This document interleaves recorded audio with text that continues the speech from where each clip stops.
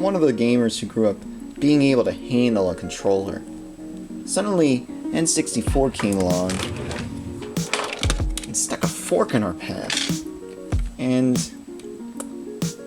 you know, I guess it asked whether or not all types of games are covered by a single style of control. And while that's a nice thought and all, I was informed by what seemed like almost a decade of training. And so I hit that Z button with my middle finger and many times do the long jump in Mario 64. I mean, how could I not be oblivious to the way they intended us to use this thing? Other console manufacturers figured out how to stick a one stick or two sticks in there, and I never was confused at how to handle those games or had any difficulty. I asked, why can't Nintendo come out with a controller that handle these games adequately? You know, sure there was the Mako pad and its knockoffs, but they didn't have the Nintendo masterminds or the, I guess, patience that comes with funding from Nintendo to design such a controller. Or so I thought. What I have here today is a recent acquisition, the Alpha 64. Or is it the greater than 64? I very well may be better than the official N64 pad. We're going to try out a bunch of different games today and see how it feels. It's the very first dual analog N64 controller. Possibly, I mean, I know of no other. At first, I'm a little hesitant to say whether using this controller is going to be pleasant, because these analog sticks, they swivel. So I can imagine that becoming a problem in certain games, and maybe if you work up a sweat, your fingers start to slip, and that swivel it's not going to help. And you might actually think that these handles are a little sharp, but the way you grip the controller and this bottom curve, this contour kind of hugs your thumb there. It really is, it's comfortable hold. It's very nice. Alright, first up, Mario, of course.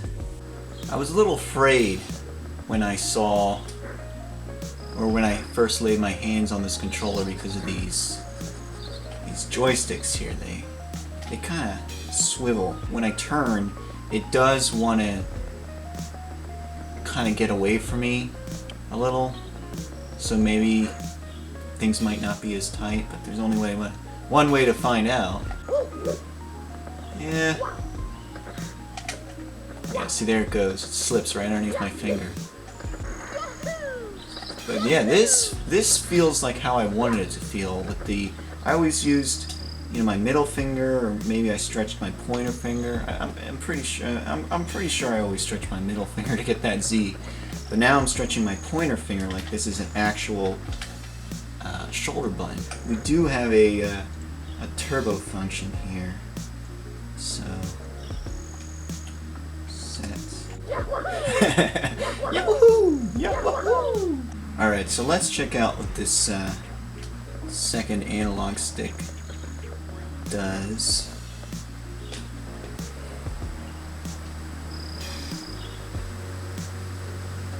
It's not doing anything.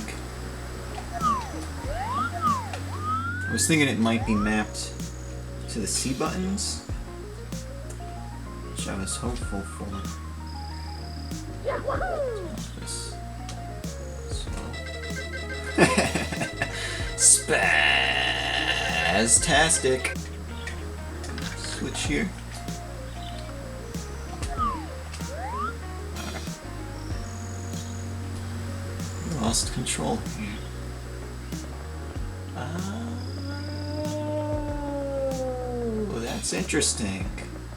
So this switch basically determines which of these analog sticks become active. So now this left one is dead and the right one is active. It's actually, every time I do this little switch on the back, every time I do this switch, it presses the L button, or the R button, sorry. Come on, get up. Here we go!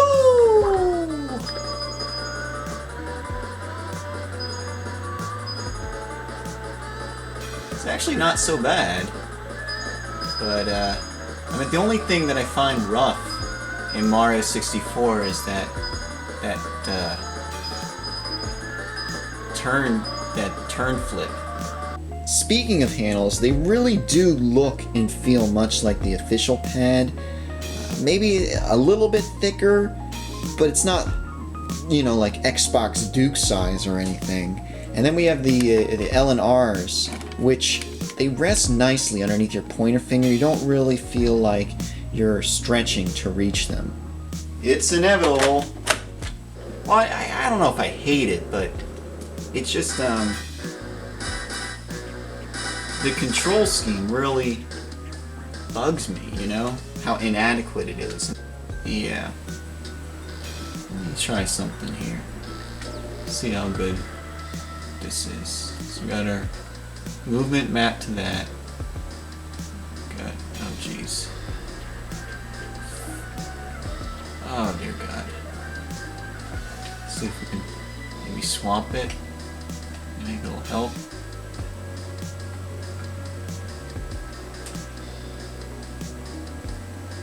This is just...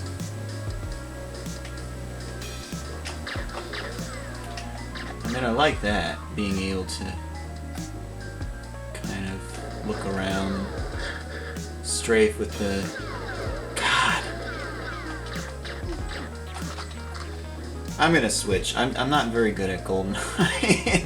And look at this. I want to strafe, but the look up and look down are mapped to the same D-pad. That just frustrates me. So instead of watching me suck at Goldeneye, I'm gonna go try out something else. On the back, we actually have two Z triggers. Each one has the same functionality. I guess it's whichever one you find more comfortable to use. And they're actually laid out just like the official Z button on the N64 controller. You can see how thick they are, and really it's quite easy to use. And then we have a mystery switch. And when I saw this, I mean, my imagination ran wild. Could the second stick be mapped to the C button or the D-pad? Alas, it's much simpler than that, and it kind of makes sense based on the limitations they had when designing this controller, like, you know, whether or not they could work in every game. But what it actually does is it deactivates one of the sticks. So it kind of makes sense because in those games like Turok and Goldeneye, you're usually using the C buttons or D-pad in conjunction with an analog stick. So it may be more comfortable to use the right analog stick, and maybe more comfortable to use the left analog stick, depending on what control scheme you choose. So a little disappointing, but it works. There we go. With this game especially, I noticed that I like the feel of the N64 controller with the rumble pack, because I've played with other controllers and emulators, like the 360 controller with this similar kind of layout, and just pales in comparison. Good luck. So actually the L and R's are really nice in here.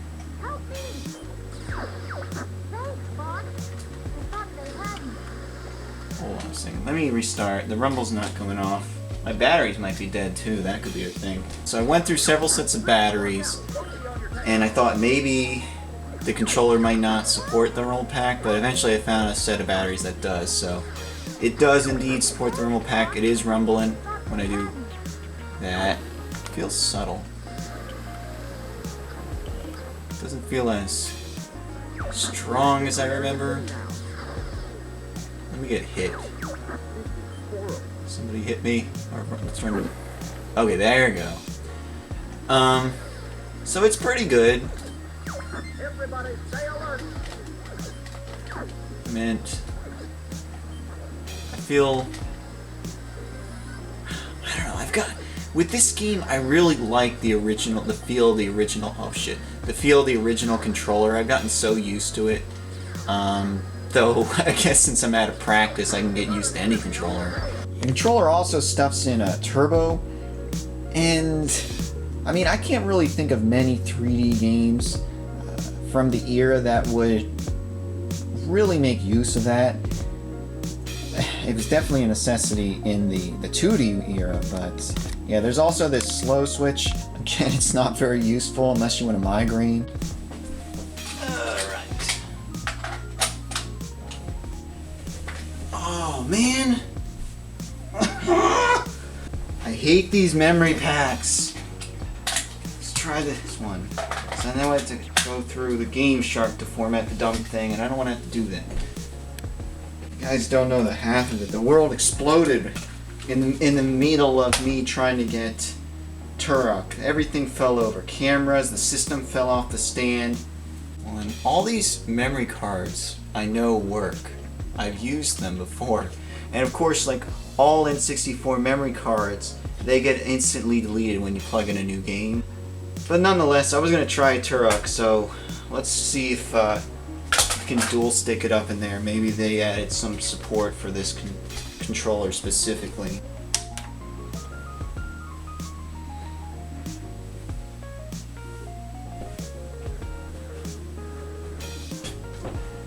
Okay, so that's weird.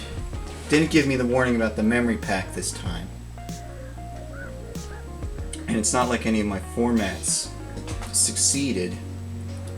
So again, it's these god-awful N64 memory cards. They just suck. This one I know allows you to switch controls. So we got our look, the analog.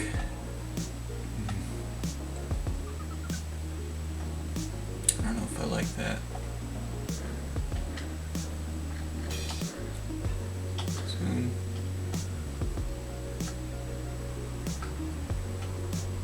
I think I can deal with this. Anyways, let's start Turoking it up. You can swipe with either. There's a Z here, Z here.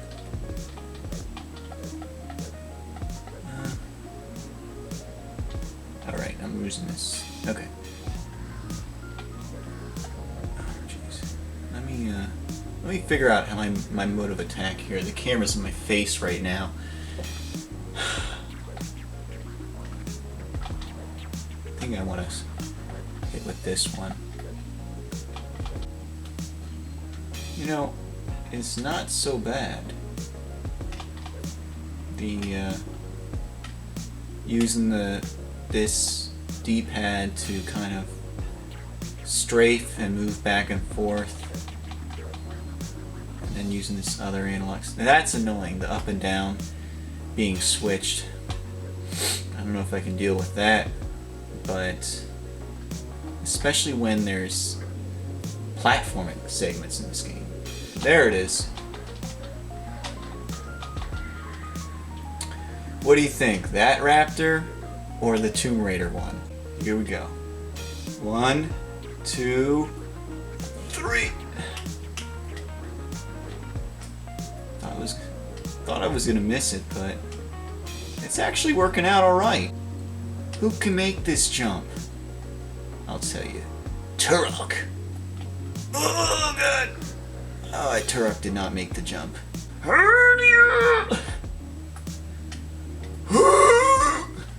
Oh, come on! I made that. Oh, I did make the jump. Haha! Where the hell am I? Oh shit, I'm stuck in a wall. You know, we don't have any of those problems anymore. Clipping through walls. I don't see that happening in it. Oh, but yeah, in the very first Tomb Raider, there was some block I had to move, and I couldn't get through it. I had to open it, move it. There was like a puzzle or something, and I found that when I looked at I moved to the corner between the box and the wall, and I could stick my head I could clip my head through the gap. So I kind of positioned the camera and my head, and I did a jump in such a way that I was able to get past this puzzle by jumping through the edge of the wall and the box. Like, there was no, if these boxes were lined up in real life, you wouldn't have been able to do that. So I just kind of ghosted my way through the corner. But yeah, I don't see any more of those problems. Oh jeez, I almost missed it. Happening in the modern games. So can be thankful for good physics engines. Ugh. Come on, we can make this jump. We can do it. Here we go. What the heck? This is gonna be all edited down to like 3 jumps. I made it. You know, we made it. Okay. All right, here we go. Just gonna run and jump. Yeah. Yes. Save. Game saved. Okay, so it shows my save, but I'm just gonna reset and see what we get here. I dare not turn off the system. Who knows if my memory card's gonna be formatted.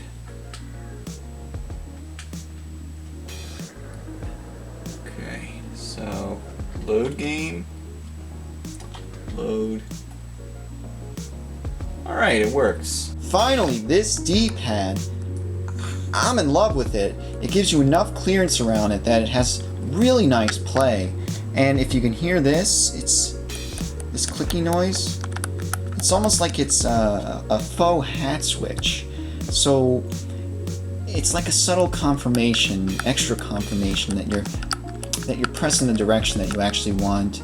And the D-pad returns back to the center quickly. It's very nice. So it's essential when you're playing a 2D style game like Mischief Makers or Kirby 64. Sometimes accessory manufacturers make deals with game developers so that, you know, their controller can, or there's certain features that might be you can take advantage of in certain games. And I'm thinking, just thinking here, because Turok 3 was out at the time when there were dual analog sticks happening on other systems, and maybe, just maybe, this game would support that. So this is basically the same setup I had with the first Turok. It doesn't look like it's supporting the 2 analog sticks. I'm going to flip the switch here, and it's going to now make it this. So yeah, it really doesn't. This kind of reminds me of, like, the graphics in this game kind of remind me of Half-Life. I am forever. I am forever. I am immortal! Alright, so let's take this thing apart.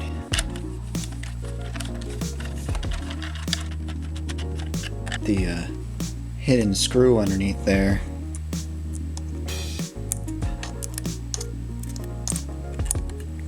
Peekaboo. Alright, you can already see there's a major difference here.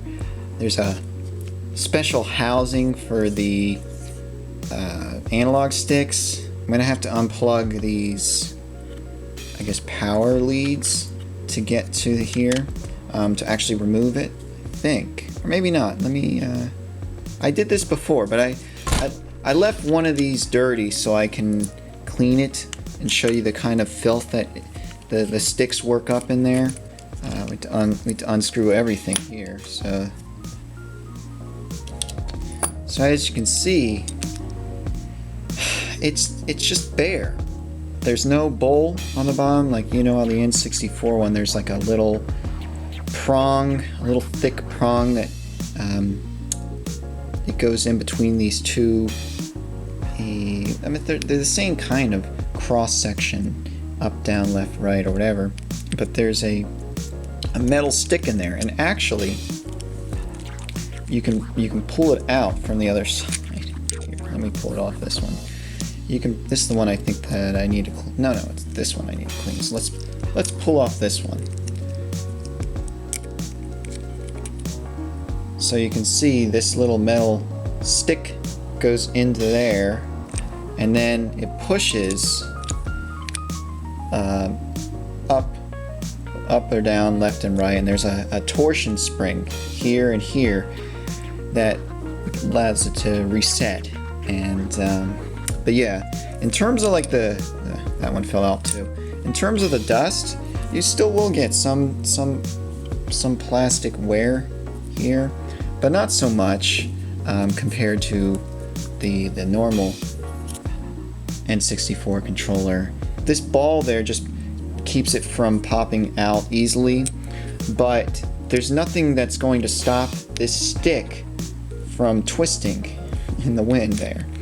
So while the design is pretty strong, that could definitely have been improved. On the regular N64 controllers, that dust can interfere with the sensors, but over here it's a much more robust design, to tell you the truth, because I can't see how any of these sensors would get screwed up on. Well, the springs will wear out, but then again, their springs will wear out on the N64, the official one. At least those are more common to and easily replaced. There's plenty of third market products, but these things, they're a little bit more difficult to replace if the torsion springs break. So still a very interesting design. Even though it's more robust, it's definitely more labor intensive, and it requires a lot more parts with all these metal screws and such. Oh yeah, it's time to test out the D-pad. And actually, you know, when I was using it to go through menus and such in the other games, it's really quite fluid. I mean, there's a nice rocking motion to it, and there's also a distinct kind of click to each of the 4 directions. I mean, I could try Yoshi's Story, but really it's this double tap that I wanted to try out, and it seems that it's a lot, tell you the truth, this is a lot nicer than the official pad. It springs back, it's really nice. Much better than the official pad. That's all you need to know. Overall, this is a great controller. I mean, that downside with the slippery sticks, that could really mess up your Mario 64 game. You know, all your turn on a dime platforming and your side flipping. Just this kind of swivel can really mess it up. And I definitely would be a bummer at a Mario Party game. I can see that. But this D-pad, I mean, this thing is a dream. It just, I mean, look, it may look stupid how fat it is and how it's raised up, but it feels great. Another downside I noticed, now this might just be because I had a bad batch of batteries. I only found 1 pair of batteries that had enough juice to run Rumble, but I'm really familiar with the Rumble in Star Fox 64, and it felt weak. So that might be a caveat, but it also may just be a bad batch of batteries, so let's just hope that is. I still recommend holding on to your official N64 controller. I don't know why you would get rid of it, because, you know, you may prefer it in some games.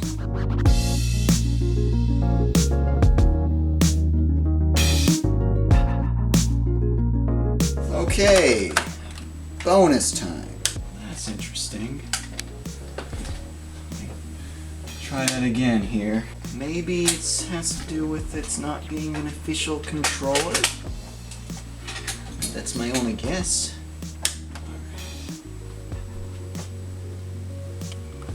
Huh. Works.